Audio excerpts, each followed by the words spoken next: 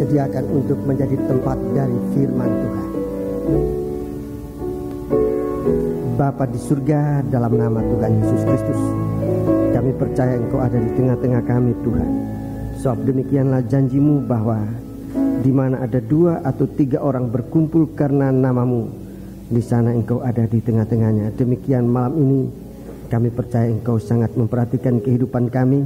Kami berbahagia bersama di Kau Tuhan. Kami akan duduk mendengarkan firman-Mu.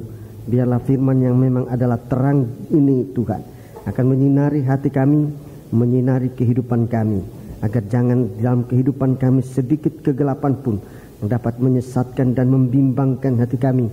Tapi firman-Mu memberikan kami kekuatan dan kemampuan untuk melawan segala kuasa-kuasa kegelapan yang mau menggoda dan yang sedang menggoda kami, yang melawan kehidupan atau perjalanan rohani kami. Sebab itu Tuhan, biarlah Engkau bersabda dalam kami dengan segala kekuatan kuasa Roh-Mu yang suci, menyatakan kebenaran-Mu di dalam firman-Mu untuk dapat kami terima, untuk dapat kami pegang dan dapat kami gunakan dalam hidup kami. Kuasa setan, kuasa-kuasa kegelapan yang mau mengganggu ataupun menggoda kami saat pemberitaan firman-Mu, Tuhan, bersatu hati kami memanggil nama Engkau buat usir dia.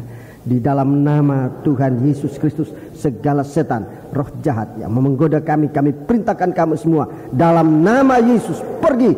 Darah Yesus yang berkuasa. Setiap pribadi, setiap hati, setiap indera kami Tuhan, biarlah Engkau kuasai untuk kami dapat gunakan dengan baik, mendengarkan firman-Mu di dalam urapan Roh-Mu yang suci, dalam nama Tuhan Yesus Kristus. Haleluya, amin.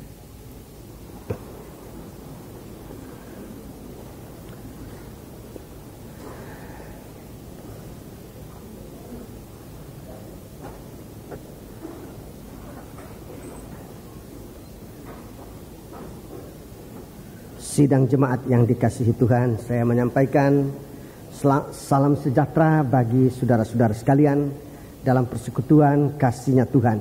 Kita akan duduk bersama-sama dalam kesempatan malam hari ini untuk mendengarkan firman Tuhan dengan sebaik-baiknya. Kita sedang dipersiapkan oleh Tuhan untuk menjadi suatu tubuh Kristus yang dibenarkan, disucikan sampai kepada penyempurnaan. Sebab itu biarlah kita menggunakan kesempatan ini dengan baik-baik untuk mendengarkan firman Tuhan. Sebab firman Allah ini adalah pribadi Allah yang sangat dekat dengan kita sekalian. Dan di dalam urapan Roh-Nya yang suci, Dia ingin tinggal di dalam setiap pribadi. Sebab itu biarlah kita mau sediakan hati kita. Kita membuka hati kita untuk menjadi tempat dari firman Tuhan. Banyak hal-hal yang akan ataupun berusaha untuk menguasai kehidupan manusia ini. Tapi dalam kesempatan ini kita bersyukur kepada Allah bahwa Tuhan berikan kita waktu untuk mendengarkan firman Allah, suatu kesempatan untuk kita dijadikan oleh Tuhan menjadi milik Dia. Mari kita akan membuka di dalam kitab Wahyu. Kitab Wahyu pasal yang ke-9. Kitab Wahyu pasal yang ke-9.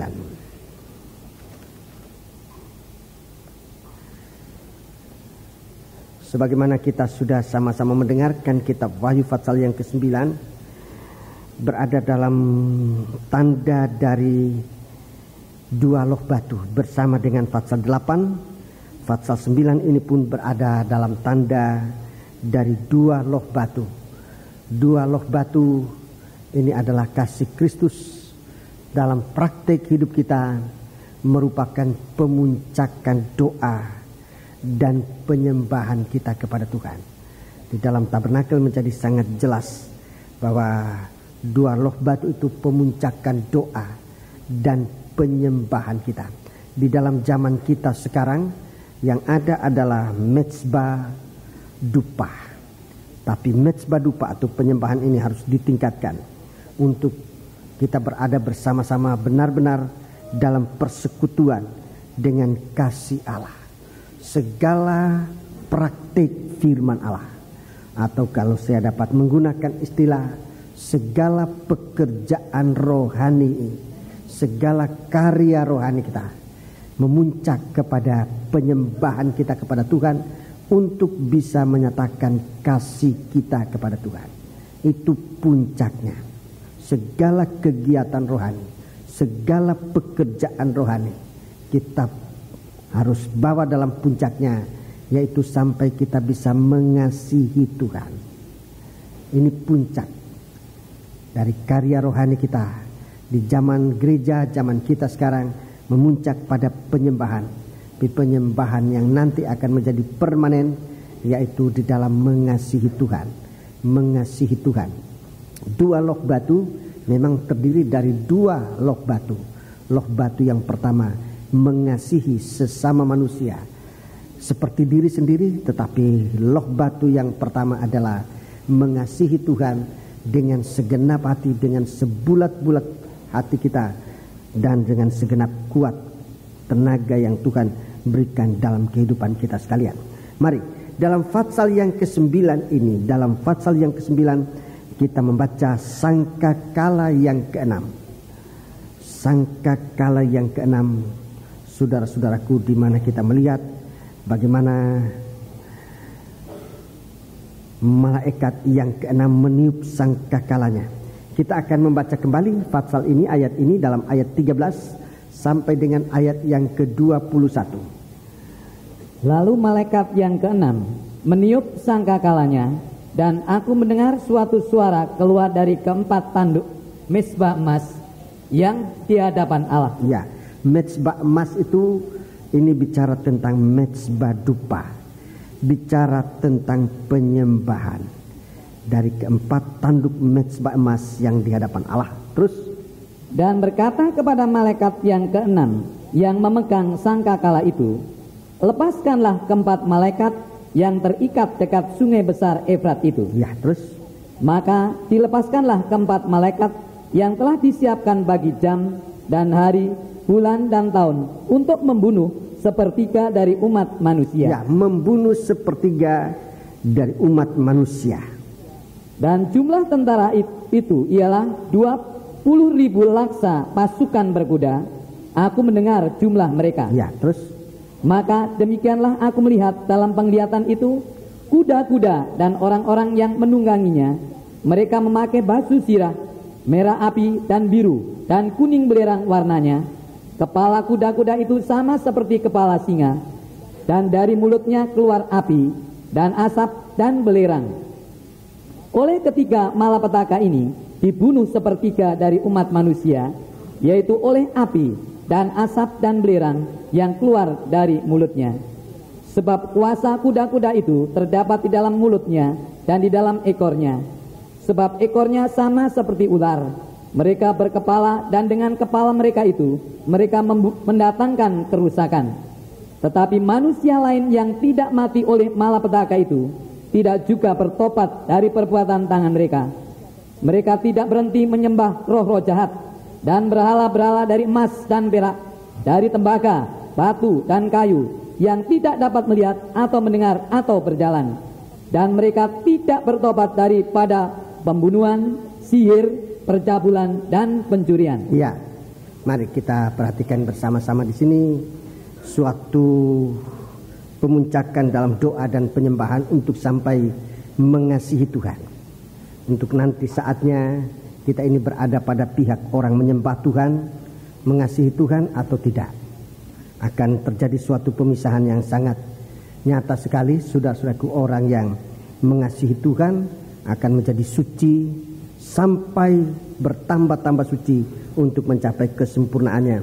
Sementara orang yang jahat akan bertambah-tambah jahat juga sampai kepada kesempurnaan, yaitu masuk dalam kota Babel, tempat orang-orang yang tidak bertobat, tempat orang-orang pembunuh, orang-orang yang melakukan sihir, percabulan dan pencurian. Saudara-saudaraku, dalam cerita ini jelas dalam penglihatan yang dilihat sini kita jelas melihat bagaimana suatu proses dari menyembah Allah. Saudara-saudaraku, kita perhatikan bahwa pengertian dari penyembahan adalah suatu proses perobekan daging. Itu pengertian yang benar dan asasi, mendasar dari penyembahan adalah suatu proses perobekan daging sampai nanti kita berada dalam suatu keadaan tidak lagi dikuasai oleh daging. Di sini saudara-saudaraku ada 4 malaikat yang terikat dekat sungai besar Efrat. Terikat dekat sungai besar Efrat. Saudara-saudaraku, kita sudah sama-sama mengetahui bahwa salah satu sungai di Taman Eden adalah sungai Efrat. Salah satu sungai di Taman Eden adalah sungai Efrat. Sedang kita ini semakin hari semakin dekat dengan perjalanan hidup kita untuk masuk ke tempat perhentian 1000 tahun lamanya. 1000 tahun tempat perhentian. Di dalam kitab Kejadian, mari kita membaca dalam kitab Kejadian pasal yang kedua. Kitab Kejadian pasal yang kedua. Kitab Kejadian pasal yang kedua. Kitab Kejadian pasal yang kedua, kita membaca mulai ayat yang ke-8. Kitab Kejadian pasal yang kedua, mulai ayat yang ke-8. Selanjutnya Tuhan Allah membuat taman di Eden di sebelah timur. Disitulah ditempatkannya manusia yang dibentuknya itu. Iya, di sini Allah membuat taman di Eden. Dan seringkali taman ini kita memang sebutkan Taman Eden.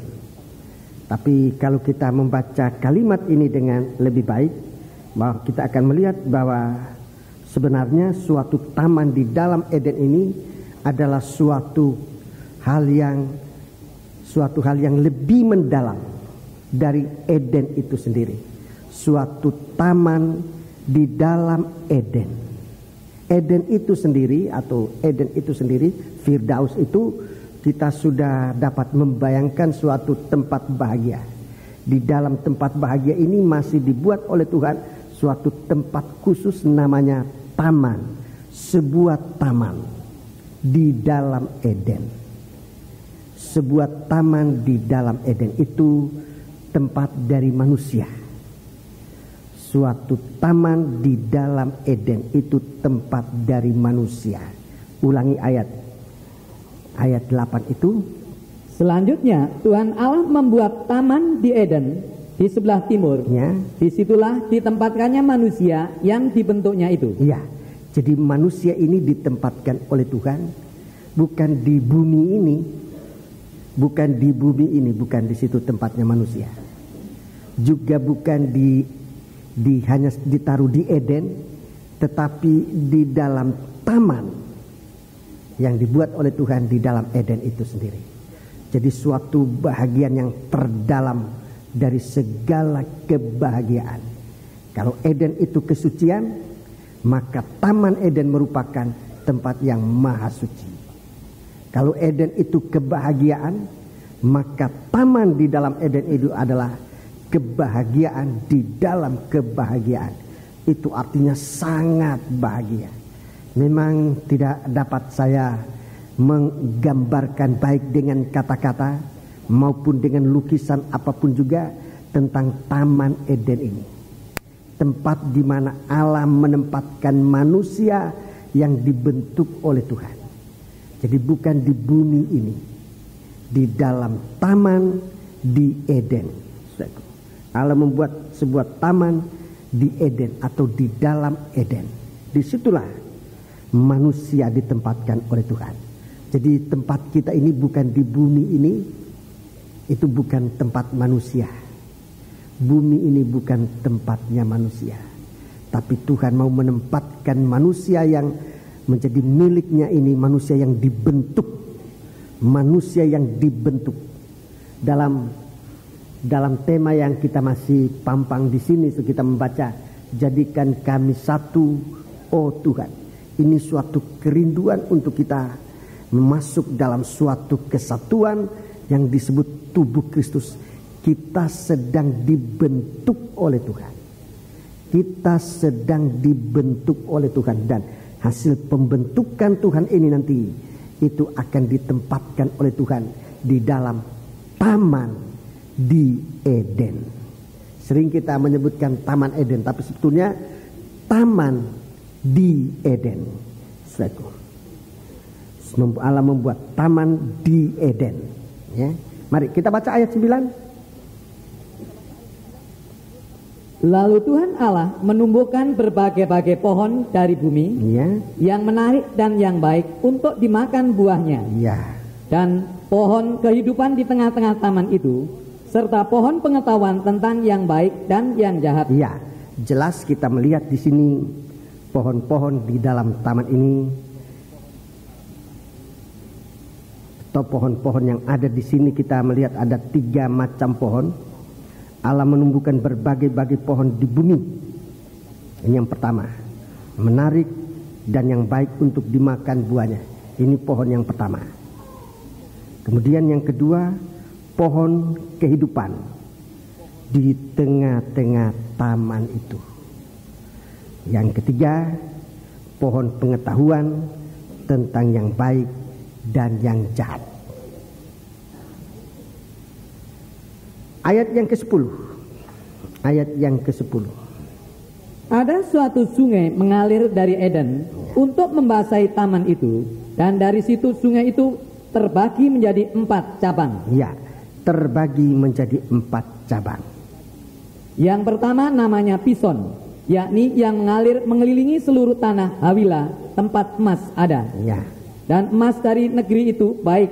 Di sana ada tamar bedolah dan batu krisopras. Nama sungai yang kedua ialah Gihon, yakni yang mengalir mengelilingi seluruh tanah Kusi. Ya, terus? Nama sungai yang ketiga ialah Tigris, yakni yang mengalir di sebelah timur Asyur. Dan sungai yang keempat ialah Efrat. Sungai yang keempat ialah Efrat. Jadi saudara-saudaraku, disebutkan sungai-sungai ini. Disebutkan sungai, disebutkan pohon-pohon, dan suatu tempat yang sangat indah untuk manusia di dalam taman di Eden. Begitu indah. Begitu indah. Dalam penyebutan saja dalam taman di Eden, kita sudah membayangkan begitu indahnya. Tetapi indahnya ini belum lengkap kalau indahnya ini tanpa suatu makanan rohani yang sungguh-sungguh. Kemudian dengan makanan rohani ini Tuhan juga melengkapi dengan aliran sungai. Suatu aliran sungai. Begitu lengkap Tuhan menempatkan manusia di tempat yang sangat lengkap segala apa yang dibutuhkan oleh manusia. Baik suatu kebahagiaan, baik suatu pemeliharaan sempurna dari Tuhan. 3 macam pohon. 3 macam pohon yang disebutkan dalam ayat 9. Yang pertama, segala pohon, berbagai-bagai pohon di bumi. Ini bicara tentang firman Allah. Firman Allah yang dapat kita nikmati. Buah-buah dari pohon ini baik untuk dimakan buahnya. Itu bicara tentang firman Allah yang Tuhan berikan kepada kita sekalian. Untuk kita makan, untuk kita hidup. Di dalam kitab Mazmur pasal 119. Pasal 119 dari kitab Mazmur, saudara-saudaraku, merupakan suatu pasal tentang firman Allah. Kita membaca, saudara-saudaraku, dalam kitab Mazmur pasal yang ke-119. Lebih dahulu kita membaca beberapa ayat, yaitu ayat 11. Mari ini kita melihat mengapa Tuhan menumbuhkan pohon-pohon yang baik untuk dimakan ini. Mengapa Tuhan memberikan kita firman-Nya. Ayat 11. Dalam hatiku aku menyimpan janjimu, supaya aku jangan berdosa terhadap engkau. Ya, janjimu itulah firman Tuhan. Janjimu itulah firman Tuhan.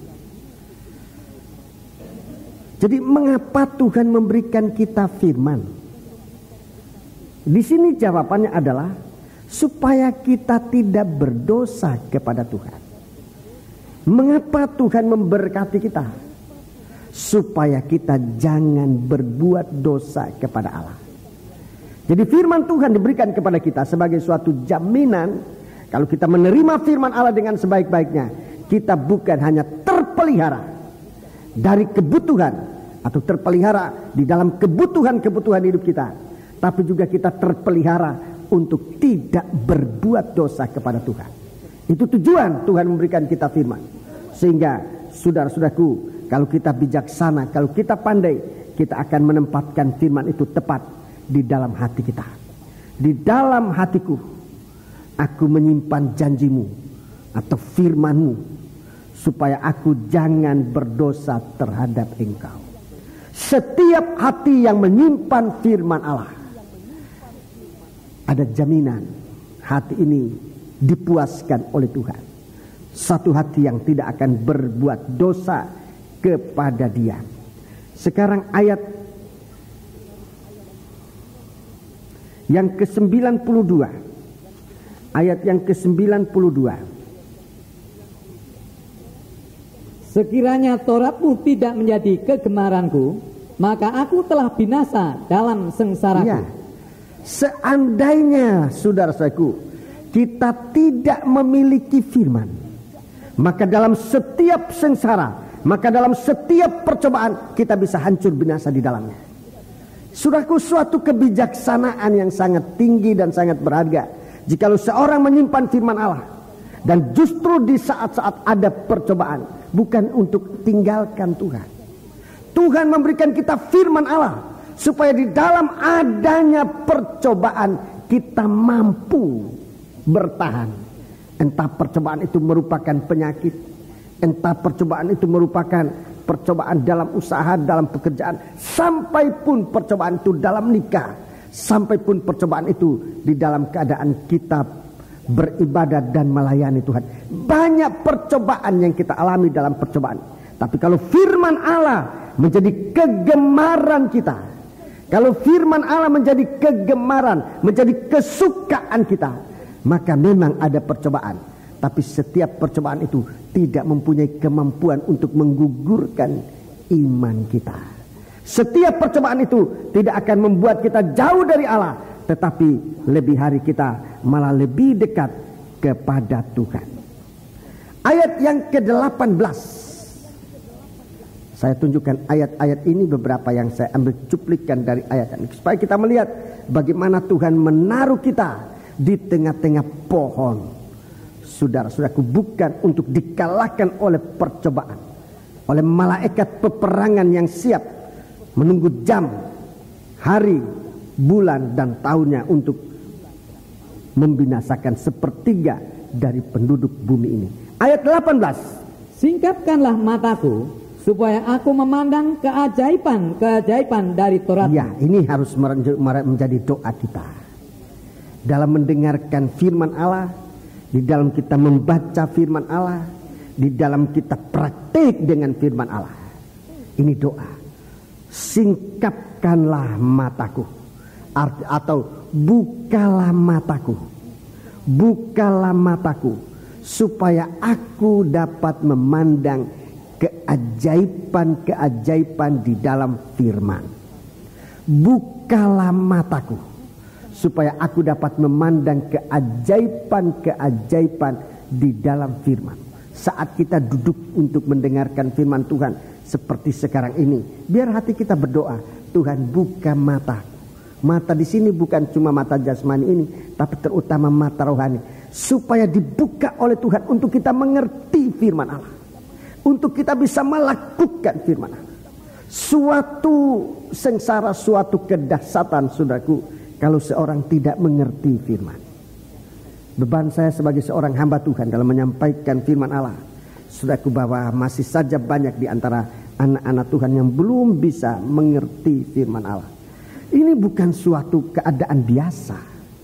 Sebab dalam akhir zaman Rasul Paulus mengatakan firman Allah itu mau dinyatakan oleh Tuhan dalam bentuk yang dapat dimengerti.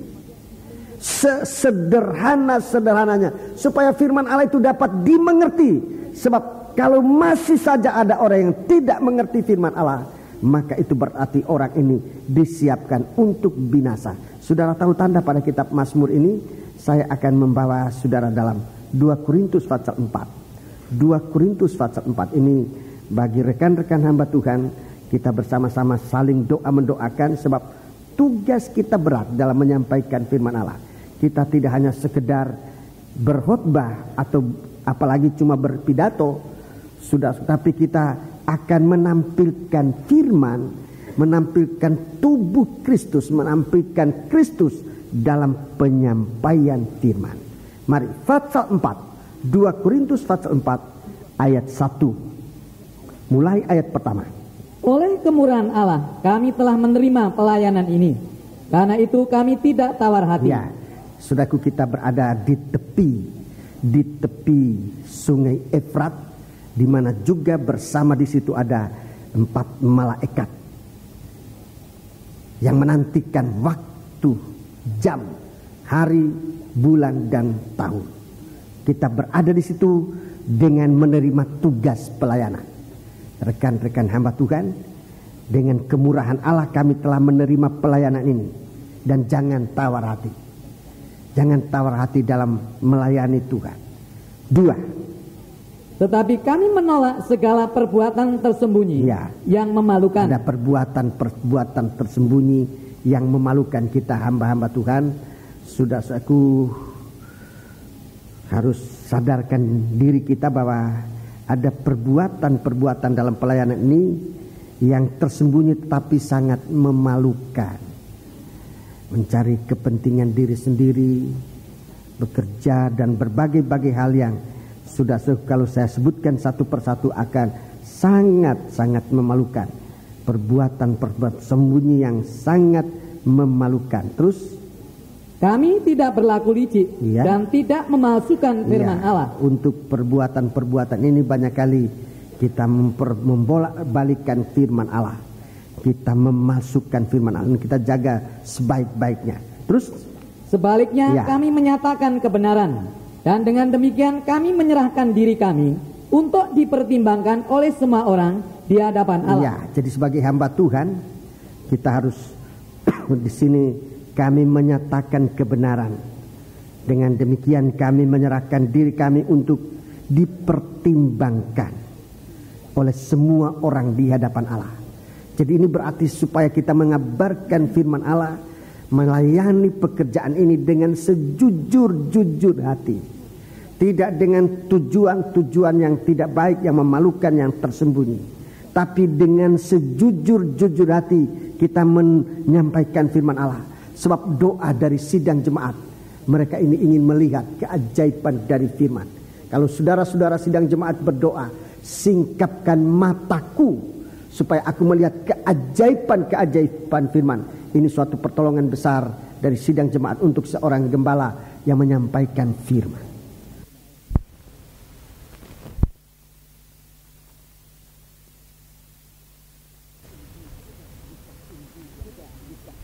Juga, jika Injil yang kami beritakan ini masih tertutup, itu artinya masih belum dilihat, belum dimengerti, masih tertutup juga. Terus, maka ia tertutup untuk mereka yang akan binasa. Tertutup untuk mereka yang akan binasa. Siapa yang akan binasa ini?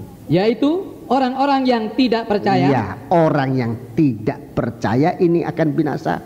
Dalam Injil Yohanes Tuhan Yesus katakan sudah dihukumkan. Injil Yohanes pasal 3 ayat yang ke-17, 18 disebutkan orang ini sudah dalam hukuman Allah. Orang yang tidak percaya itu sudah dihukumkan.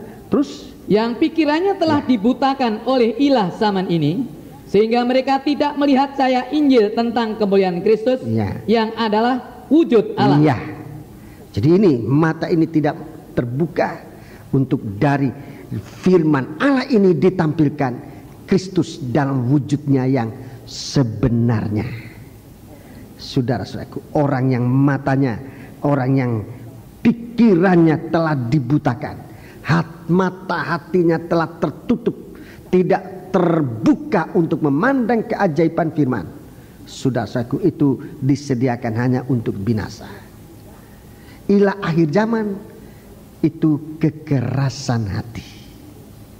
Itu ilah akhir zaman. Dalam perjalanan bangsa Israel ke negeri Kanaan, di suatu waktu bangsa Israel kehilangan pegangan. Sebab Musa yang memimpin mereka keluar dari negeri Mesir, naik ke gunung dan belum turun. Mereka seperti kehilangan pegangan dan mereka mulai mengumpulkan emas yang harusnya dipersembahkan untuk pembangunan rumah Allah. Mereka kumpulkan dan mereka membentuk sebuah atau seekor lembu emas dan mereka menyembah lembu emas itu. Waktu Tuhan melihat itu, Tuhan bicara, bangsa ini bangsa yang keras tengkok. Jadi Tuhan tidak melihat berapa harga emas itu, berapa banyak harga dari seekor lembu emas itu, tetapi yang Tuhan lihat adalah kekerasan hati bangsa Israel. Itu kekerasan yang bertahan sampai hari ini. Lembu emas itu sudah dihancurkan. Lembu emas sudah lama dihancurkan. Tetapi kekerasan hati bangsa Israel sampai pada hari ini. Kekerasan hati ini yang disebut oleh Rasul Paulus ini kekerasan akhir zaman. Kekerasan zaman akhir. Itu ilah zaman akhir ini. Suatu kekerasan hati. Hati yang tidak memandang keajaiban firman Allah. Itu hati yang keras. Dalam kitab Wahyu tadi kita lihat kekerasan hati itu. Kita baca kitab Wahyu tadi pasal yang ke-9 itu, saya tunjukkan sejauh mana kekerasan hati ini. Dan ini suatu malapetaka, saudara. Suatu malapetaka. Waktu berbuat dosa sudah malapetaka.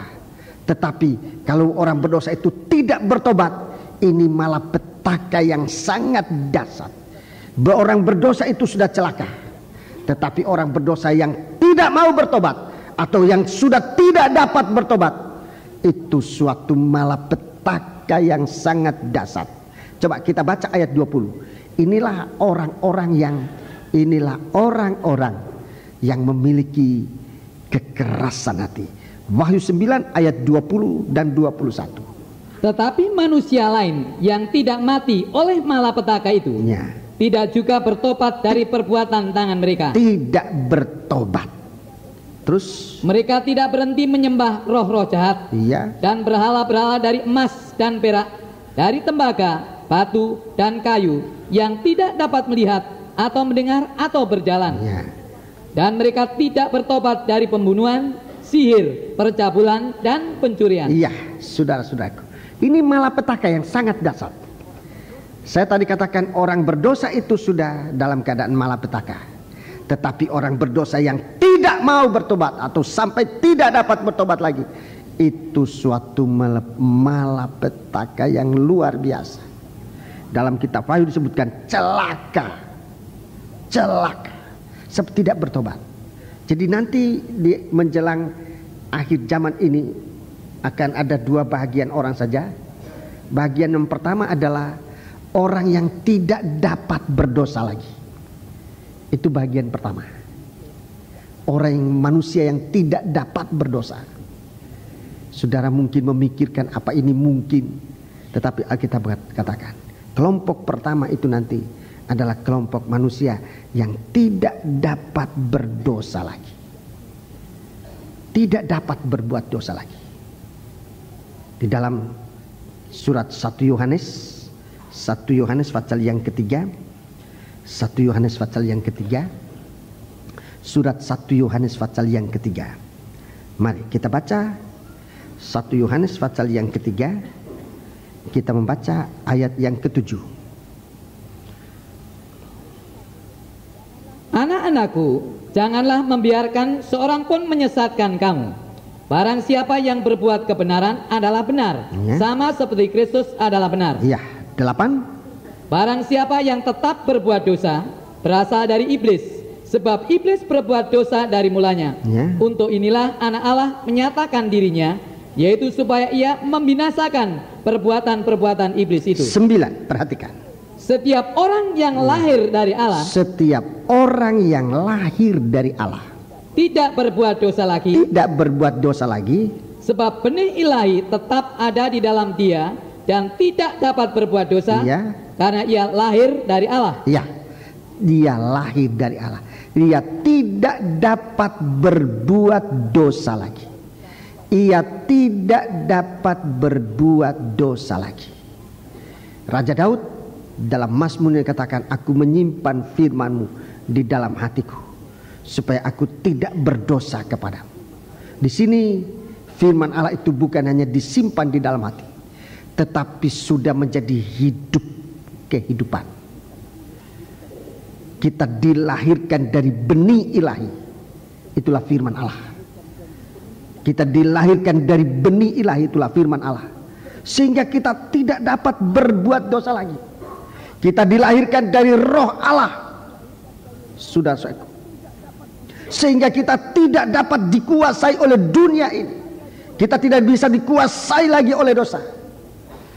Kita dilahirkan dari kasih Allah, dan itu membuat kita tidak dapat lagi berbuat dosa. Kita lahir dari benih ilahi. Saya sudah mengulangi bersekian banyak kali. Benih ilahi yang pertama adalah firman Allah. Benih ilahi yang kedua adalah Roh Kudus. Benih ilahi yang ketiga adalah kasih Allah. Ini benih ilahi. Dan Tuhan katakan supaya setiap orang menjadi kepunyaan Allah ini lahir dari benih ilahi. Ayat-ayatnya saudara sudah catat pada waktu yang lalu, tetapi rasanya tidak rugi kalau kita ulangi pada malam ini. Injil Yohanes pasal 3 ayat yang ke-8, kita lahir dari Roh El Kudus. Baca. Angin bertiup kemana ia mau, iya, dan engkau mendengar bunyinya, tetapi engkau tidak tahu dari mana ia datang atau kemana ia pergi. Iya. Demikianlah halnya dengan tiap-tiap orang yang lahir dari Roh. Iya, lahir dari Roh El Kudus. Jadi tidak menurut daging. Lahir dari Roh Kudus, tidak menurut daging, tetapi menurut Roh, Roh Allah. Di satu waktu kita dibawa ke sana. Di hari-hari ini kita mau nantikan komandonya Tuhan. Apa saja yang Tuhan katakan, bukan dari rencana manusia, tapi supaya Allah yang menaruh rencananya dalam kita, dalam kuasa Rohnya yang suci, supaya apa yang kita lakukan bukan menurut daging, tetapi menurut Roh. Dalam surat Roma pasal yang ke-8, Roma pasal yang ke-8, di sana kita membaca, saudaraku. Jadi orang yang lahir dari Roh ini, Roma pasal yang ke-8, Roma pasal yang ke-8, ayat 5 dan ayat yang ke-6. Sebab mereka yang hidup menurut daging, memikirkan hal-hal yang dari daging. Iya. Mereka yang hidup menurut Roh memikirkan hal-hal yang dari Roh. Iya. 6. Karena keinginan daging adalah maut. Iya, keinginan daging adalah maut. Tetapi keinginan Roh ialah hidup dan damai sejahtera. Hidup dan damai sejahtera. Ayat yang ke-7 kita lihat. Jadi berbeda ini, saudaraku. Orang yang anak-anak Allah ini, orang yang ditaruh oleh Tuhan di dalam Taman Eden ini, bukan daging, tetapi orang yang lahir dari Roh. Ayat 7. Sebab keinginan daging adalah perseteruan terhadap Allah. Iya. Karena ia tidak takluk kepada hukum Allah. Iya. Hal ini memang tidak mungkin baginya. Iya. Jadi saudara, Roh Kudus ini penting saat kita mendengarkan firman Allah ini. Keadaan kita mau siap untuk mendengar dan dengar dengan firman Allah menentukan kita bisa mengerti firman atau tidak. Saudara-saudaraku, jadi tidak seperti kita belajar ilmu pengetahuan, tapi mendengarkan firman Allah, kita justru harus sudah mulai dengan menjadi mau percaya kepada Tuhan. Apa yang firman Allah katakan itu benar. Jadi orang yang menurut daging tidak mungkin saudaraku menjadi miliknya Tuhan. Dia adalah menjadi seteru Allah. Ayat 8. Mereka yang hidup dalam daging Ya. tidak mungkin berkenan kepada Allah. Tidak mungkin berkenan kepada Allah. Jadi kita perlu lahir dari Roh Al-Kudus. Kita perlu lahir dari Roh untuk berpikiran, tidak berpikiran daging, tapi berpikiran Roh Kudus untuk kita mengarah kepada Dia. Ini manusia yang dibentuk oleh Allah. Manusia yang dilahirkan dari Allah untuk bisa berada di tempat perhentian di dalam Taman Eden, di dalam taman di Eden. Itu yang sebenarnya, saudara-saudaraku. Jadi karena kita menurut Roh ini, itu yang pertama, ini benih ilahi, ini manusia yang tidak dapat berbuat dosa. Benih ilahi yang kedua, tadi Roh Kudus, sekarang yang kedua firman Allah. 1 Petrus pasal yang pertama. Mulai ayat 22. 1 Petrus pasal pertama mulai ayat yang ke-22. Karena kamu telah menyucikan dirimu oleh ketaatan Ya. kepada kebenaran. Ketaatan, taat. Tadi saya katakan mendengarkan firman Allah justru kita mulai dengan hati yang mau menerima, mau percaya. Itu akan, mata kita akan terbuka. Tapi kalau kita sudah mulai ragu terhadap firman, saudaraku, siapapun yang mengajarkan kita firman, kita akan menjadi keras hati. Di sini kita mulai taat pada firman. Mulai taat pada firman. Terus, Sehingga kamu dapat mengamalkan kasih persaudaraan yang tulus ikhlas. ya, terus, Hendaklah kamu bersungguh-sungguh saling mengasihi dengan segenap hatimu. ya, terus 23. Karena kamu telah Ya. dilahirkan kembali bukan dari benih yang Kamu telah dilahirkan kembali bukan dari benih yang akan binasa, tetapi dari benih yang tidak fana, iya, oleh firman Allah yang hidup dan yang kekal. oleh firman Allah yang hidup dan yang kekal. Terus, Sebab semua yang hidup adalah seperti rumput, iya, dan segala kemuliaannya seperti bunga rumput. iya, Rumput menjadi kering dan bunga gugur, tetapi firman Tuhan tetap untuk selama-lamanya. Inilah firman yang disampaikan Injil Iya. kepada kamu. Jadi kita hidup di dalam kuasa kekekalan ini. Firman Allah yang menjadi kehidupan kita, membuat hidup ini hidup yang kekal, menjadi suatu kehidupan yang tidak akan binasa. Jadi perlunya firman Allah membuat kita bertahan di dalam kekekalan, bukan di dalam kebinasaan, tapi hidup di dalam kekekalan. Ini manusia yang tidak akan berbuat dosa, yang tidak dapat berbuat dosa. Benih ilahi begitu kuat melawan segala penghancuran-penghancuran yang sedang terjadi. 1 Yohanes pasal 2 ayat yang ke-17.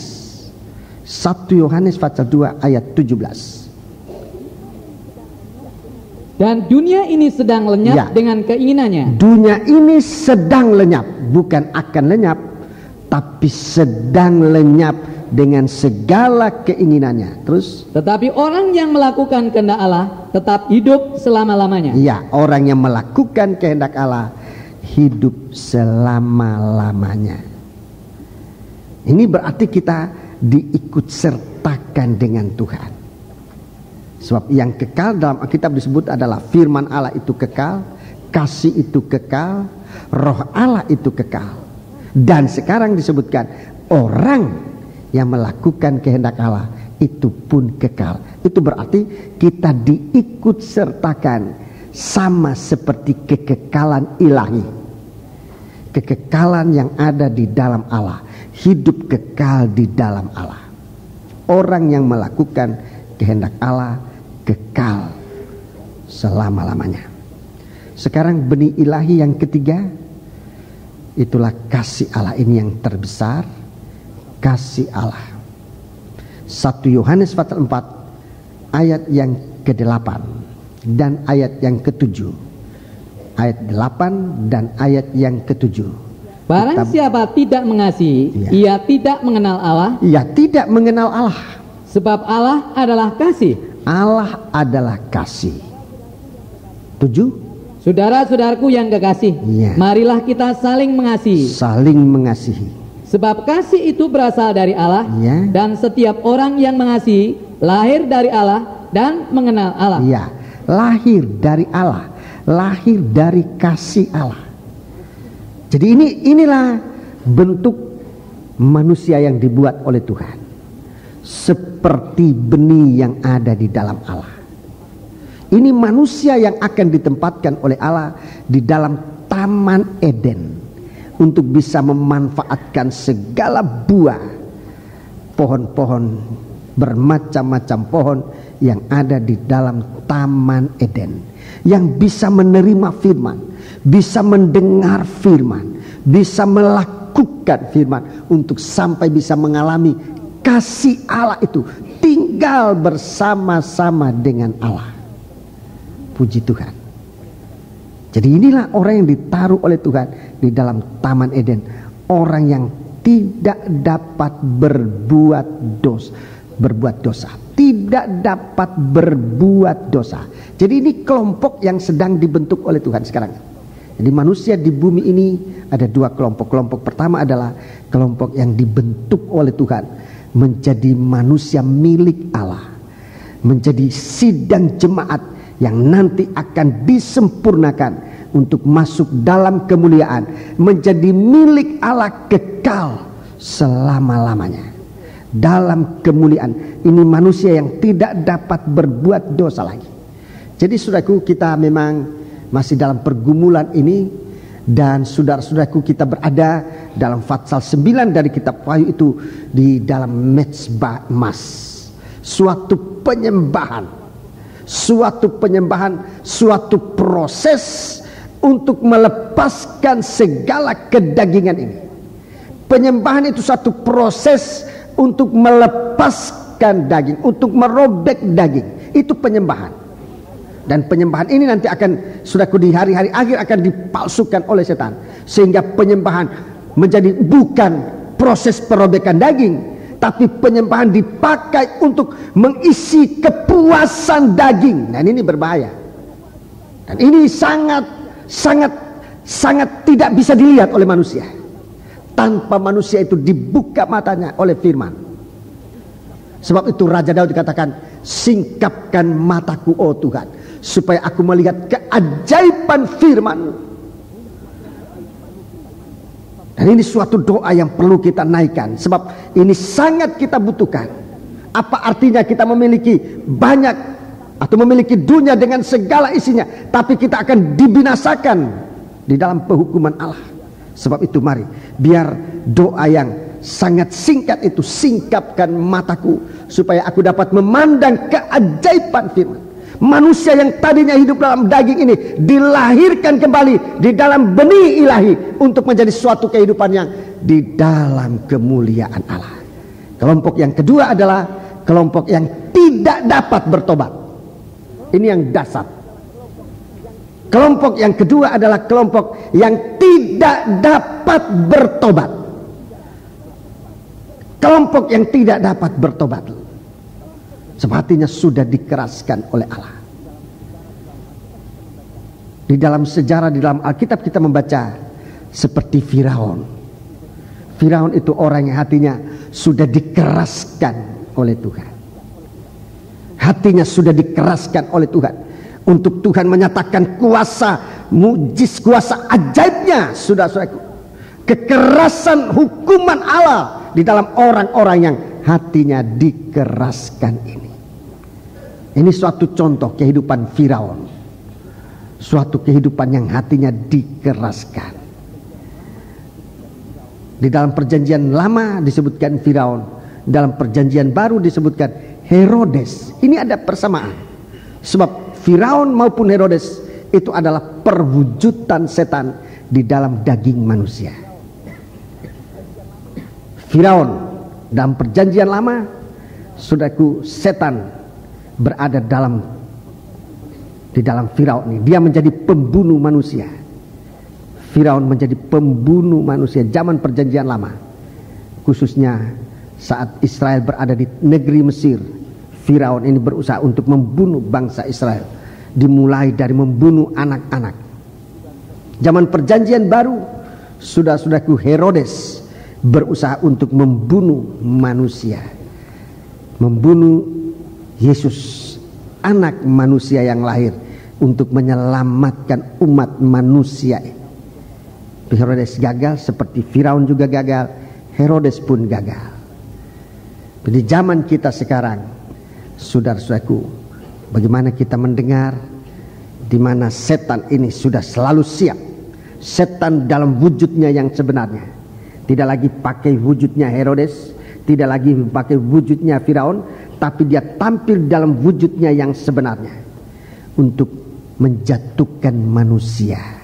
Manusia mana yang dijatuhkan? Saudara, di zaman akhir ini sepertiga bintang akan digugurkan. Sepertiga bintang-bintang akan digugurkan. Sepertiga bintang. Wahyu 12 ayat yang ketiga. Wahyu 12 ayat yang ketiga ini yang akan digugurkan. Kalau dulu zaman Firaun, anak laki-laki dibunuh oleh Firaun. Zaman Herodes, Tuhan Yesus mau dibunuh oleh Firaun, oleh Herodes. Tapi zaman kita sekarang, sepertiga bintang dan anak yang akan lahir itu akan ditelan, akan dijatuhkan oleh setan. Mari kita baca ayat 3. Maka tampaklah suatu tanda yang lain di langit, dan lihatlah seekor naga merah padam yang besar, berkepala 7 dan bertanduk 10, dan di atas kepalanya ada 7 mahkota. Ya, ada 7 mahkota. Baca terus. Dan ekornya menyeret sepertiga dari bintang-bintang di langit. Ya, ekornya menyeret sepertiga bintang di langit. Dan melemparkannya ke atas bumi. Dan naga itu berdiri di hadapan perempuan yang hendak melahirkan itu untuk menelan anaknya segera sesudah perempuan itu melahirkannya. Ya, dan anak ini nanti tidak bisa, sebab tidak bisa digugurkan, tidak bisa ditelan oleh ular naga ini, sebab dia mempunyai sayap. Dia tidak bisa dijatuhkan, sebab dia adalah benih ilahi yang tidak bisa dijatuhkan. Dia diterbangkan dan dipelihara oleh Tuhan jauh dari mata setan. Sementara ada sepertiga bintang yang gugur, diseret oleh ekor naga. Di dalam kitab Nabi Yesaya, kita baca kitab Nabi Yesaya. Saya akan tunjukkan ayat-ayat ini, saudara. Kitab Nabi Yesaya pasal yang ke-9. Kitab Nabi Yesaya pasal yang ke-9. Ayat 13. Ayat 12. Pasal 9, Yesaya 9 mulai ayat 12. Tetapi bangsa itu tidak kembali kepada Dia yang menghajarnya, dan mereka tidak mencari Tuhan semesta alam. Ya, ini orang yang tidak bisa bertobat lagi. Terus, maka Tuhan mengerat dari Israel kepala dan ekor, batang dan ranting pada satu hari juga. Ya, terus. Tua-tua dan orang-orang yang terpandang itulah kepala, dan nabi yang mengajarkan dusta itulah ekor. Iya. Jadi ekor dari naga, ekornya dari, disebutkan di sini ekor yang mengajarkan dusta. Nabi yang mengajarkan dusta, itulah ekor. Ini pengajaran sesat. Ekor inilah yang nanti akan menyeret. Ekor inilah yang akan menyeret. Jadi nanti ada suku, ada bangsa yang tidak bertobat, tapi beribadah kepada Allah. Ada tua-tuanya, tapi tidak bertobat. Ada nabi-nabinya, tapi nabi yang tidak bertobat. Ini suatu bentuk dari suatu umat yang nanti akan benar-benar merupakan suatu musuh dari gereja Tuhan. Satu keadaan yang tidak kembali kepada Tuhan. Satu keadaan yang tidak dalam persekutuan. Sudah kita lihat, bangsa tidak kembali kepada Dia yang mengajarnya, dan mereka tidak mencari Tuhan semesta alam. Maka Tuhan mengerat dari Israel kepala dan ekor. Ada kepala, ekor, tapi tidak nyatu. Ada kepala dan ada ekor, tapi tidak menyatu. Ini berbahaya. Mengapa? Sebab orang-orang ini orang-orang yang tidak bertobat. orang-orang tidak bertobat tidak bisa menyatu dalam satu kesatuan hidup. Ada kepala tapi terpisah dari ekor, ada ekor tapi terpisah dari tubuh. Batang dan ranting, ada batang, ada ranting, tidak menyatu. Tidak seperti pokok anggur di mana carang dan dahan-dahannya menyatu. Itu milik Tuhan. Tapi di sini orang-orang yang tidak dapat bertobat itu, ada kepala tapi sendiri, ada ekor tapi sendiri, ada batang tapi sendiri, ada carang tapi sendiri. Kemudian Tuhan katakan, segala tua-tua dan orang yang terpandang itulah kepala. Ini juga orang yang tidak bertobat, tetapi duduk sebagai pemimpin di dalam gereja Tuhan, dalam suatu kesatuan, tidak masuk dalam suatu persekutuan. Dalam Injil Lukas pasal yang ke-13 Tuhan katakan, Yerusalem, Yerusalem, Yerusalem, Yerusalem, engkau pembunuh nabi-nabi. Seberapa banyak aku mencoba untuk mengumpulkan anak-anakmu seperti seekor induk ayam mau mengumpulkan anak-anaknya di bawah kepak sayapnya, tapi kamu tidak mau. Satu waktu rumahmu akan ditinggalkan sepi. Nah itu. Jadi sudah aku perhatikan bagaimana ulah dari pengajaran sesat dari nabi-nabi palsu ini merupakan ekor yang akan mencampakkan sepertiga bintang. Sepertiga bintang.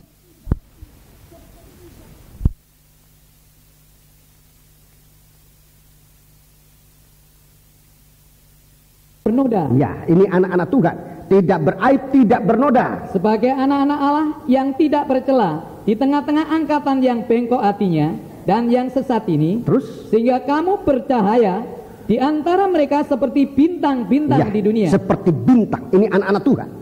Seperti bintang. Satu kehidupan yang naik, saudaraku. Dan kemudian mereka tidak beraib, tidak bernoda. Mereka tidak bercela di tengah-tengah angkatan yang bengkok hatinya dan yang sesat ini. Sehingga kamu bercahaya di antara mereka seperti bintang-bintang di dunia. 16. Sambil berpegang pada firman kehidupan. Sambil berpegang pada firman kehidupan. Agar aku dapat bermegah pada hari Kristus, bahwa aku tidak percuma berlomba dan tidak percuma bersusah-susah. Iya, terima kasih. Ini yang sebenarnya. Satu kehidupan yang dikatakan, satu kehidupan diangkat oleh Tuhan menjadi tidak beraib, menjadi tidak bernoda, menjadi anak Allah yang tidak bercela, dan menjadi bintang. Dia harusnya, ulangi, dia harusnya berpegang pada firman kehidupan. Harusnya berpegang pada firman kehidupan. Tapi nanti, sudah saudaraku, oleh ekor naga ini akan ada anak-anak Tuhan yang bimbang terhadap firman Allah. Bimbang terhadap firman Allah, sehingga dia tidak lagi berpegang pada firman Allah. Saudaraku, sudah perhatikan sekarang sudah muncul berbagai-bagai macam ajaran, berbagai-bagai macam-macam pengajaran-pengajaran yang membuat banyak hati anak-anak Tuhan goyah. Saya katakan ini untuk kita perhatikan, jangan goyah terhadap hal ini. Siapa yang nanti akan mengajarkan ini bukan orang biasa. Dia adalah kepala-kepala. Dia adalah nabi-nabi di dalam sidang jemaat, seorang pengkhotbah di dalam sidang jemaat. Tetapi saudara-saudaraku, dia tidak bertobat. Apa yang akan disampaikan adalah pengajaran-pengajaran yang membuat anak-anak Tuhan goyah. Saudara, sudah waktunya kita teguh di dalam pengajaran. Jangan gampang goyah terhadap pengajaran. Oh, karena yang mengajarkan ini orang yang tadinya terpandang, orang yang tadinya besar, orang yang tadinya begitu berpengaruh. Tetapi saudara perhatikan, kalau dia tidak bertobat, akan datang satu waktu, saudara-saudara, dia itu nanti akan menyeret banyak anak-anak Tuhan jatuh di dalam dosa. Sudah waktunya kita harus berpegang pada firman kehidupan. Seperti bintang-bintang itu, dia harus berpegang pada firman kehidupan untuk tidak bisa diseret oleh ekor ini, untuk tidak bisa digoda oleh kepala dari ular ini. Tetap dalam persekutuan dengan tubuh Kristus, supaya kita tetap satu di dalam dia, di dalam tubuhnya yang sedang dibentuk untuk ditempatkan oleh dia di tahap Taman Eden. Untuk bisa kita memakan buah kehidupan ini. Buah pohon-pohon yang membuat kehidupan kita menjadi suatu kehidupan yang benar-benar terpelihara. Puji Tuhan. Jadi ini suatu kehidupan. Tuhan mau menempatkan manusia ini bukan untuk binasa, bukan untuk dibunuh, saudara-saudara, tetapi supaya kehidupan kita mendapat kehidupan yang benar-benar. Kita diberi makan oleh Tuhan firman kehidupan itu. Buka mataku supaya aku memandang keajaiban dari firman, saudara-saudaraku, dan kita hidup di dalam Dia. Sebab itu kita mau sungguh-sungguh, saudaraku. Sebab Tuhan mau menempatkan kita bukan di tempat biasa. Betapapun kita katakan dunia ini bagaikan surga, tapi surga itu surga dunia, bukan surga yang sebenarnya.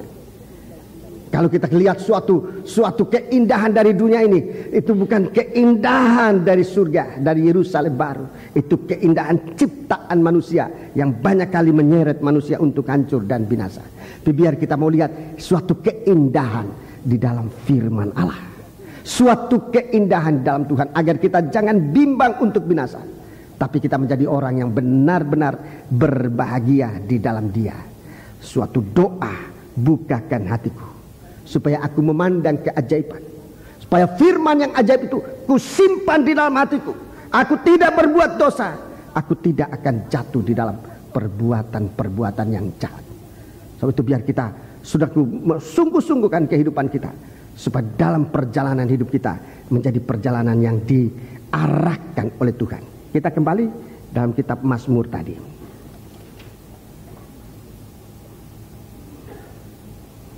Jadi kita mengerti firman Allah, kita taruh firman Allah di dalam hati kita. Firman Allah itu harus menjadi kesukaan. Firman Allah itu menjadi kegemaranku, supaya kita jangan binasa di dalam percobaan yang menimpa kehidupan kita. Sekarang Mazmur pasal yang ke-119 tadi, Mazmur 119. Kita membaca ayat yang ke-105. Ini dalam nyanyian tadi, nyanyian terakhir, benar-benar suatu arahan untuk kita mendengarkan firman pada malam hari ini. Firman-Mu itu pelita bagi kakiku dan terang bagi jalanku. Ya, firman itu pelita bagi kakiku, terang bagi jalanku.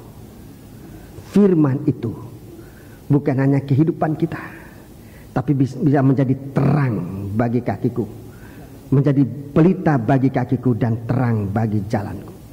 Pelita bagi kaki untuk menuntun setiap langkah kita. Jangan gampang terserandung dalam perjalanan hidup kita. Jangan gampang terserandung. Dosa apa yang banyak menjatuhkan anak-anak Tuhan sekarang ini? Terserandung, menjadi terserandung dan menjadi sandungan. Ini dosa yang harus kita jaga. Dalam Injil Lukas pasal 17, Tuhan bicara tentang dosa ini. Dosa ini, supaya kita jangan menjadi sandungan dan juga jangan gampang terserandung. Sebab kedua-duanya, saudara-saudaraku, akan menerima hukuman seperti orang yang tidak bertobat. Seperti kota Babel. Kota Babel itu himpunan orang-orang yang tidak dapat bertobat lagi. Orang yang tidak dapat bertobat, mereka akan jatuh dalam penghukuman Allah. Itu orang-orang yang tidak dapat bertobat. Sebab itu, saudaraku, perjalanan hidup kita yang sempat dilahirkan oleh Tuhan ini, setiap langkah kita diterangi oleh firman. Pelita pada kakiku. Setiap langkah ini bukan langkah untuk jatuh dalam lubang, bukan langkah kaki yang akan terserandung dan jatuh, tetapi suatu langkah yang semakin dipercepat mendekat kepada Tuhan. Di dalam kitab Wahyu pasal yang ke-18, Wahyu pasal yang ke-18, Wahyu pasal yang ke-18, kita lihat nasibnya orang yang tidak bisa bertobat seperti kota Babel. Ini orang yang tidak dapat bertobat. Orang yang tidak dapat bertobat, dia jatuh dan tidak bisa bangun lagi. Mari kita membaca pasal 18 ayat 21. Dan seorang malaikat yang kuat Seorang malaikat yang kuat mengangkat sebuah batu sebesar batu kilangan, ya, lalu melemparkannya ke dalam laut, katanya, ya. demikianlah Babel, Demikianlah Babel, kota besar itu, ya, akan dilemparkan dengan keras ke bawah, dan ia tidak akan ditemukan lagi. Babel ini berbuat dosa dan tidak dapat bertobat lagi. Samanya adalah setan. Setan berbuat dosa dan tidak bisa bertobat. Ini Babel begitu juga. Dia nanti akan dilemparkan ke dalam laut dan tidak akan timbul lagi. Tidak ada kesempatan timbul lagi. Tidak ada kesempatan bertobat lagi. Jadi hati-hati saudaraku, ini dosa tersandung ini sulit sekali untuk kembali kepada Tuhan. Sekali orang tersandung dan jatuh, sangat sulit untuk kembali memperbaiki diri. Sangat sulit. Lebih sulit dari orang berzina, lebih sulit dari orang berdosa apalagi. Apa saja. Orang mencuri, orang membunuh, satu waktu dia masih ada kesadaran. Tapi kalau orang yang namanya tersandung, itu sulit untuk bertobat. Biasanya menjadi orang yang tidak dapat bertobat lagi.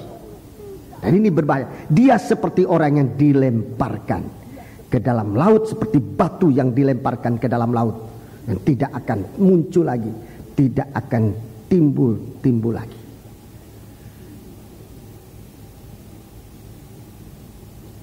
Lukas 17. Kita lihat kesamaannya dalam Lukas 17. Lukas pasal yang ke-17. Ini orang yang gampang terserandung. Ayat 1, pasal 17, ayat yang pertama. Yesus berkata kepada murid-muridnya, tidak mungkin tidak akan ada penyesatan. Ada sandungan, ada penyesatan. Tetapi celakalah orang yang mengadakannya. Celakalah orang yang mengadakannya.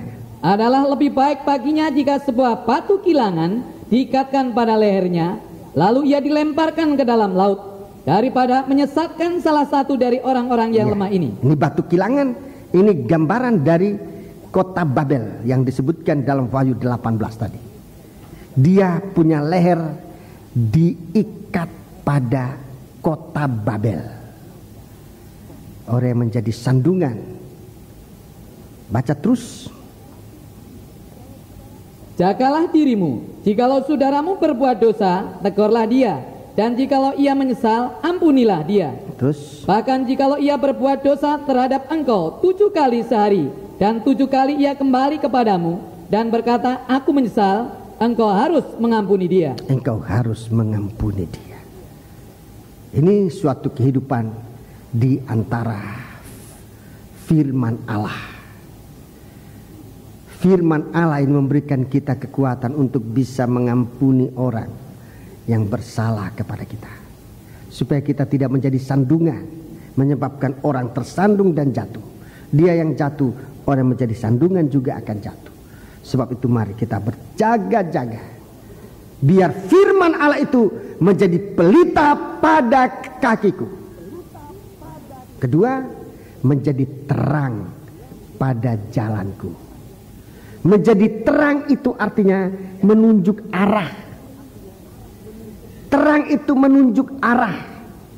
Kebenaran yang benar.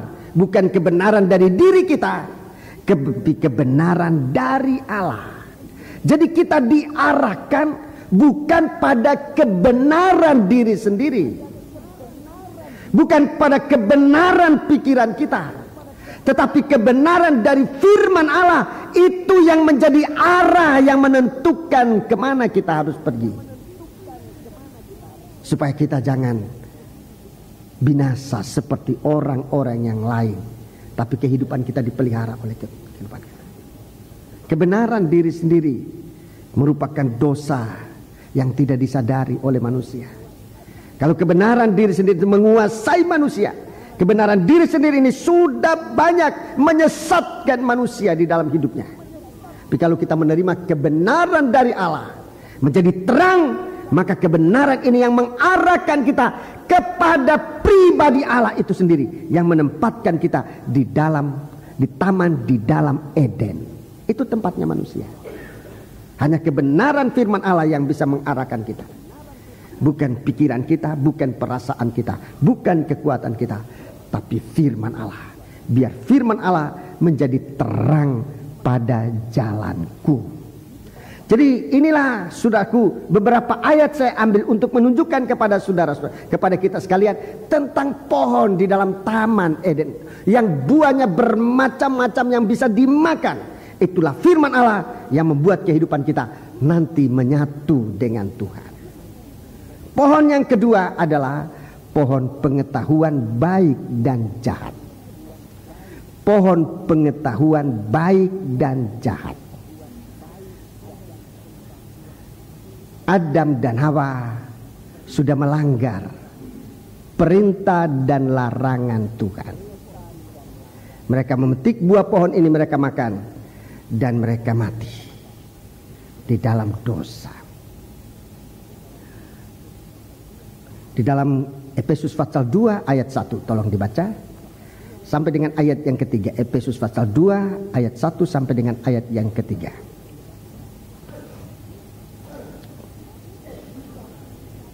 Kamu dahulu sudah mati karena pelanggaran-pelanggaran dan dosa-dosamu. Ya, karena pelanggaran dan dosa-dosamu.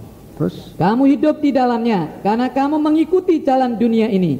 Karena kamu mentaati penguasa kerajaan angkasa, yaitu roh yang sekarang sedang bekerja di antara orang-orang durhaka. Ya, terima kasih.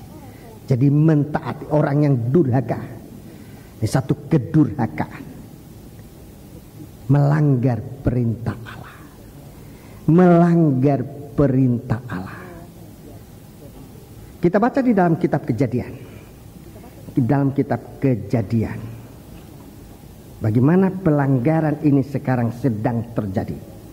Kita baca ayat yang ke-17.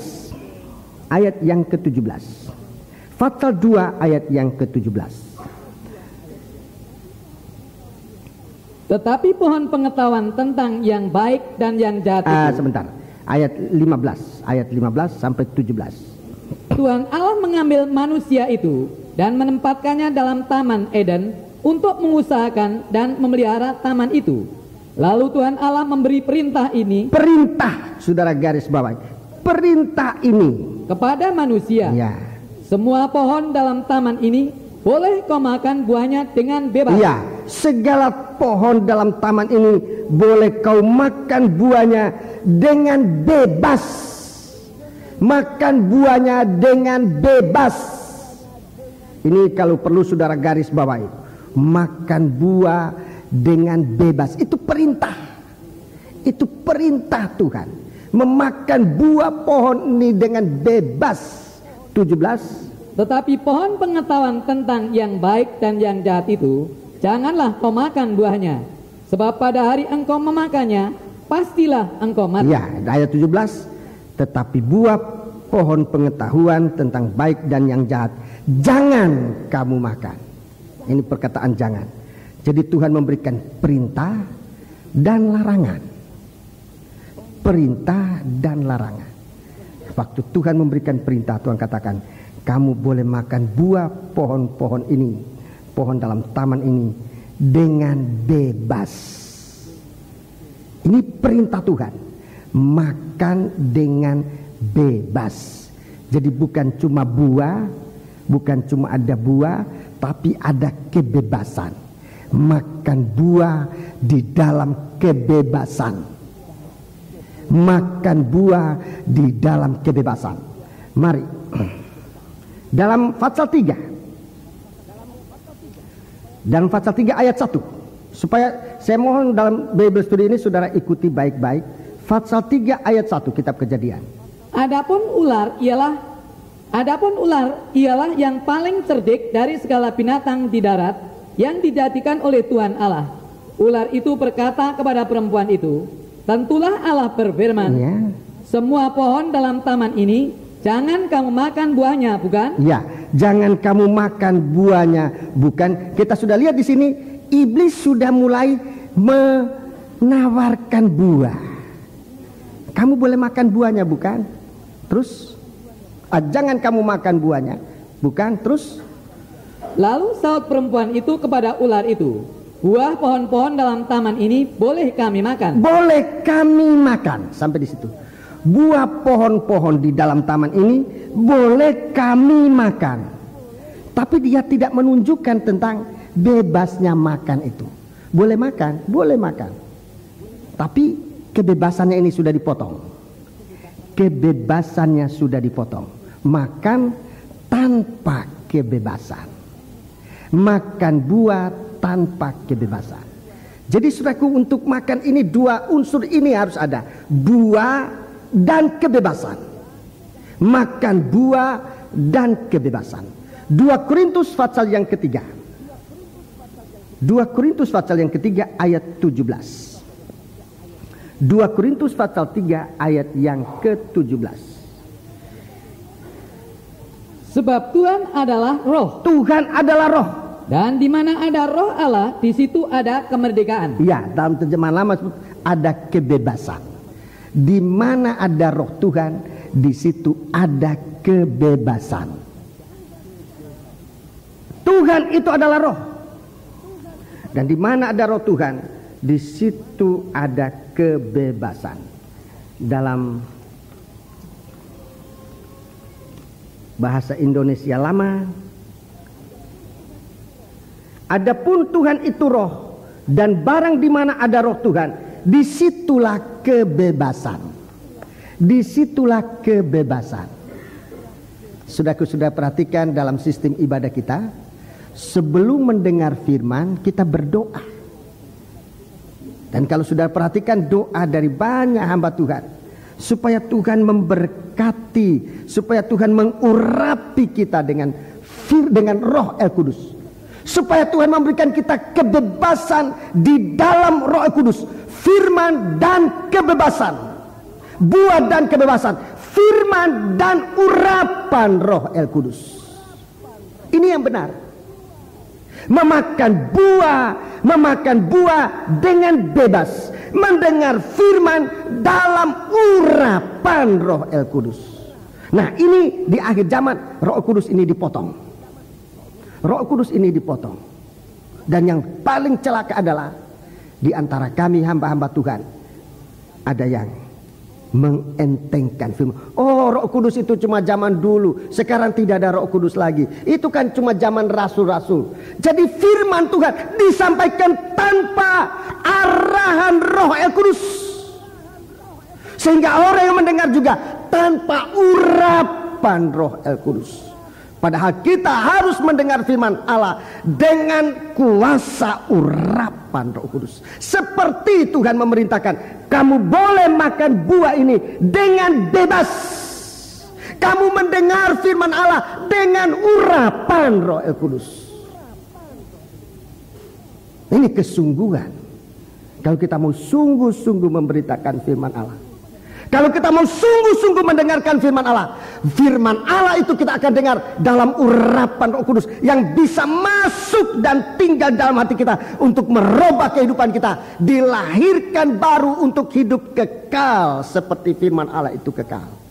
Tapi manusia sudah melanggar perintah ini, makan buah tanpa kebebasan, tapi dengan ketidakpuasan. Manusia mengambil buah pohon pengetahuan baik dan jahat. Kenapa? Dia tidak puas dengan buah-buah yang begitu banyak.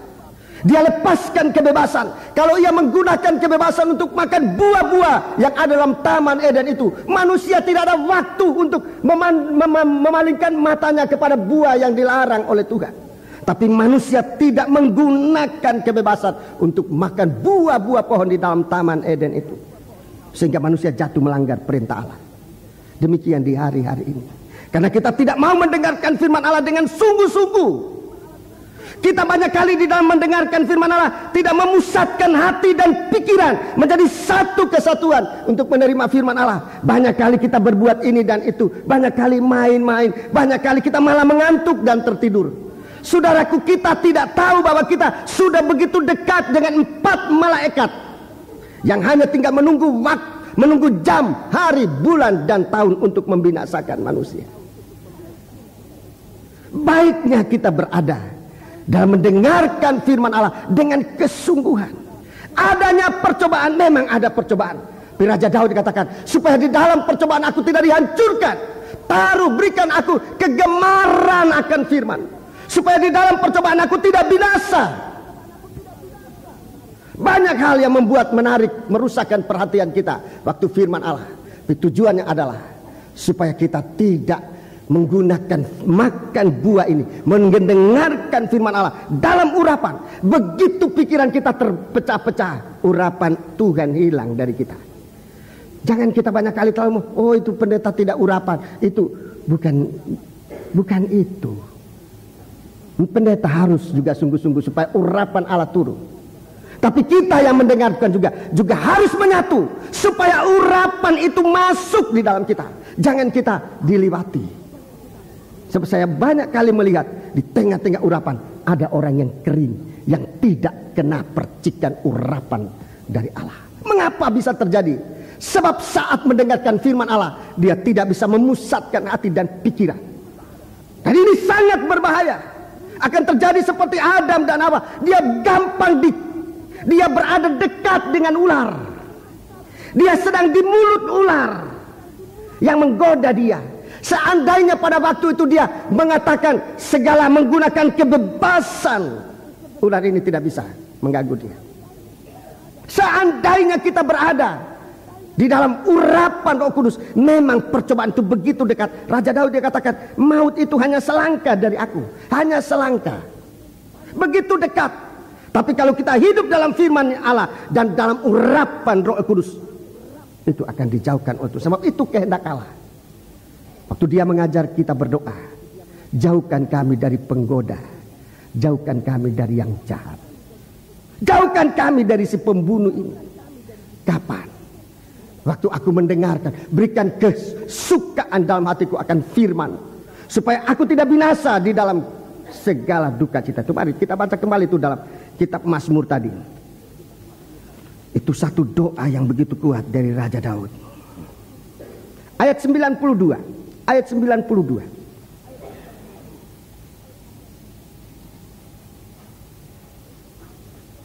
Kesetiaanmu dan 92. Sekiranya Tauratmu tidak menjadi kegemaranku, maka aku telah binasa dalam sengsaraku. Seandainya firman-Mu tidak menjadi kesukaanku, aku sudah binasa dalam percobaan. Seandainya firman-Mu tidak menjadi kegiranganku, aku sudah menjadi korban dari pembinasa.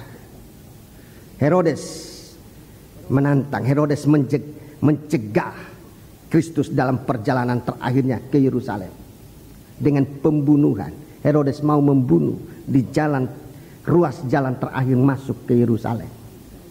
Seandainya firman itu tidak menjadi kegemaranku, maka aku telah binasa dalam sengsara, dalam percobaan.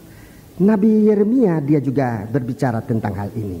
Nabi Yeremia pasal yang kita baca Yeremia pasal yang kitab Nabi Yeremia pasal yang ke-15.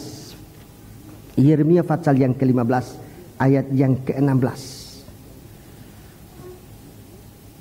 Yeremia pasal yang ke-15 ayat 16. Apabila aku bertemu dengan perkataan-perkataanmu, maka aku menikmatinya.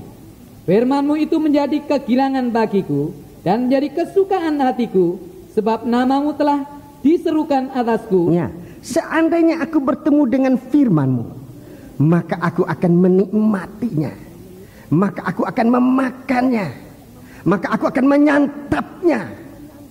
Firman-Mu itu menjadi kegirangan bagiku dan menjadi kesukaan hatiku. Ini Yeremia.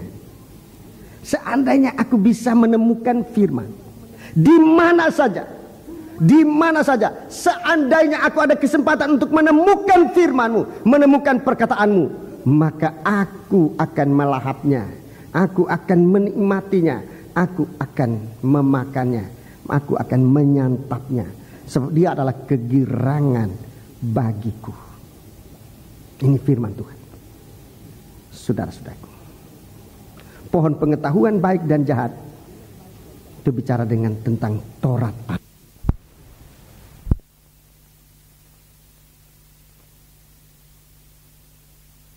Di atas kayu salib demi mempelai wanitanya. Jadi Yesus sudah menggenapkan Taurat di atas kayu salib.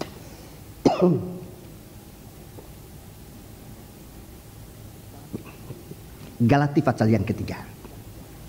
Galati pasal yang ketiga ini pohon pengetahuan baik dan jahat, ya. Pohon pengetahuan baik dan jahat. Galati pasal yang ketiga. Galati pasal yang ketiga. Galati pasal yang ketiga.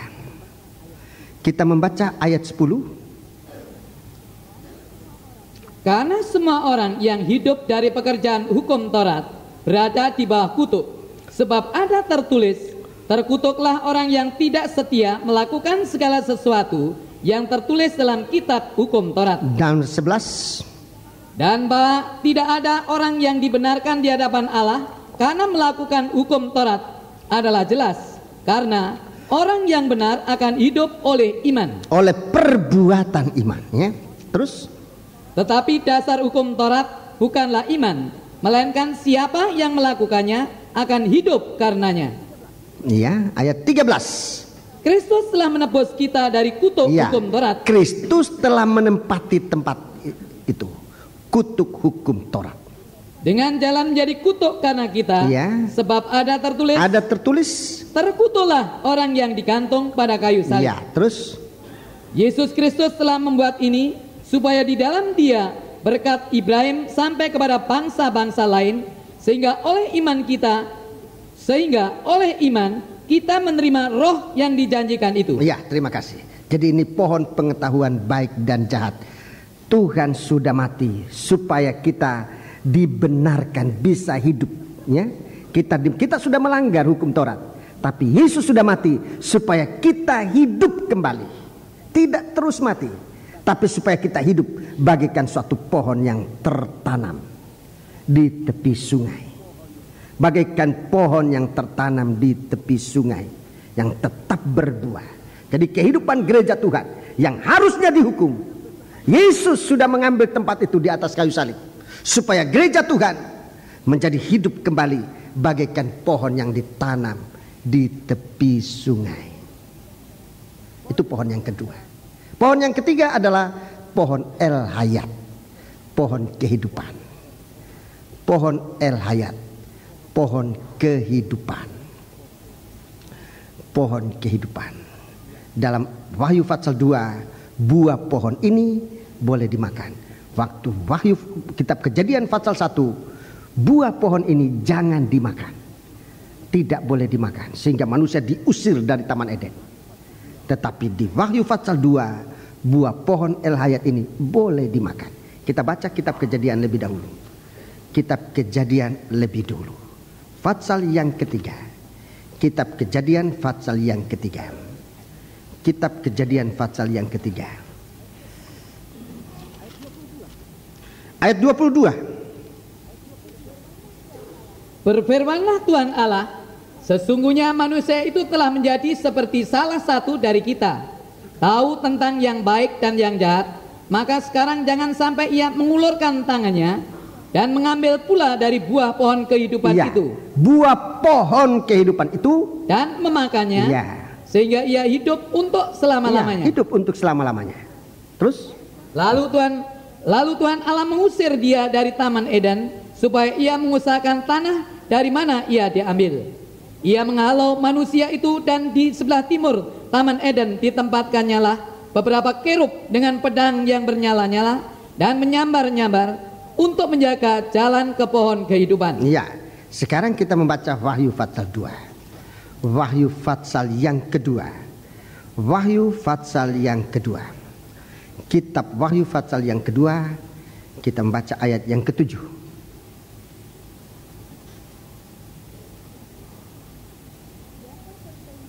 Siapa bertelinga, hendaklah ia mendengarkan apa yang dikatakan Roh kepada jemaat-jemaat. Ya. Barang siapa menang, dia akan kuberikan makan dari pohon kehidupan yang ada di taman Firdaus Allah. Ya, makan buah pohon kehidupan di dalam taman Firdaus Allah. Ini manusia diizinkan untuk makan, tapi lewat suatu perjuangan. Wahyu pasal yang ke-22, Wahyu pasal 22 ayat yang ke-12. Wahyu 22 ayat yang ke-12. Sesungguhnya aku datang segera, dan aku membawa upahku untuk membalaskan kepada setiap orang menurut perbuatannya. Ayat 14.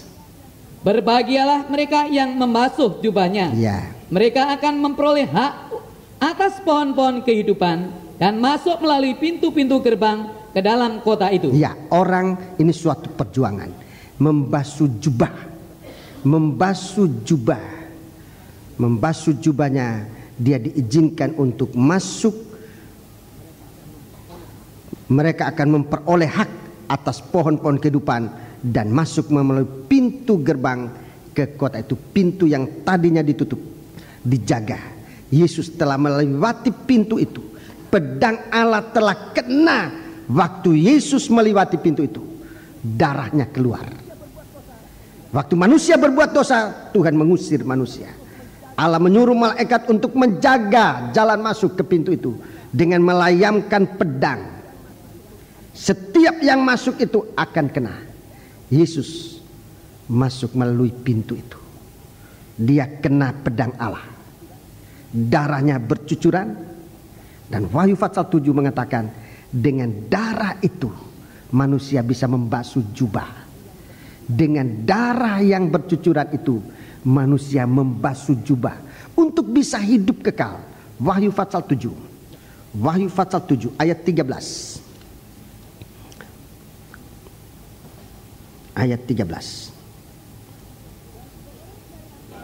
Dan seorang dari antara tua-tua itu berkata kepadaku, siapakah mereka yang memakai jubah putih itu, dan dari manakah mereka datang? Maka kataku kepadanya, Tuanku, Tuhan mengetahuinya. Lalu ia berkata kepadaku, mereka ini adalah orang-orang yang keluar dari kesusahan yang besar, dan mereka telah mencuci jubah mereka dan membuatnya putih di dalam darah anak domba. Jadi ini suatu perjuangan. Ini suatu perobekan daging. Mati bersama Yesus. Percikan darah Yesus menyucikan jubah untuk kita bisa berada bersama dengan Dia. Dalam Wahyu pasal 2 ayat 1 dan ayat 2, Wahyu pasal 22 ayat 1 dan ayat yang kedua. Wahyu pasal 22 ayat 1 dan ayat yang kedua. Lalu ia menunjukkan kepadaku sungai air kehidupan yang jernih bagaikan kristal dan mengalir keluar dari tahta Allah dan tahta anak domba itu. Ayat 2. Di tengah-tengah jalan kota itu, yaitu di seberang menyeberang sungai itu, ada pohon-pohon kehidupan yang berbuah 12 kali, tiap-tiap bulan sekali, dan daun pohon-pohon itu dipakai untuk menyembuhkan bangsa-bangsa. Daun-daun pohon itu digunakan untuk menyembuhkan bangsa-bangsa. Kita lihat dua jejer, dua kelompok pohon-pohon ini. Seberang menyeberang sungai. Pelajaran yang saya terima dalam pengajaran mempelai pengajaran tabernakel, dua pohon ini saudaraku melambangkan tentang sidang jemaat yang sudah ditebus oleh Tuhan. Di seberang yang lain, Yesus Kristus sebagai pohon kehidupan. Dua pohon ini di tengah-tengah mengalir air kehidupan, kasih Allah. Daun pohon-pohon ini membawa kesembuhan. Daun itu apa? Daun itu bicara tentang daging. Daun itu bicara tentang daging. Tapi daun dari pohon kehidupan, itulah Kristus, firman Allah yang sudah menjadi manusia. Itulah roh Allah yang sudah menjadi manusia.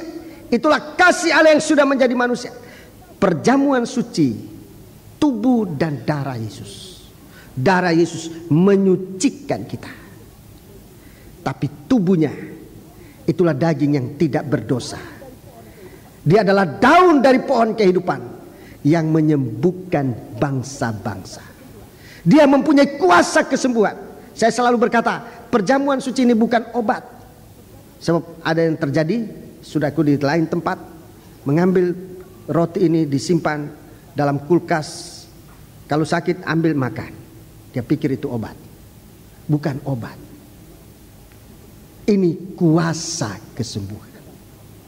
Sebab itu kalau kita datang dalam perjamuan suci dengan mempercaya ini, kita hidup ditaruh oleh Tuhan, saudara-saudaraku, di dalam Taman Eden, di tempat yang dialiri oleh 4 cabang sungai.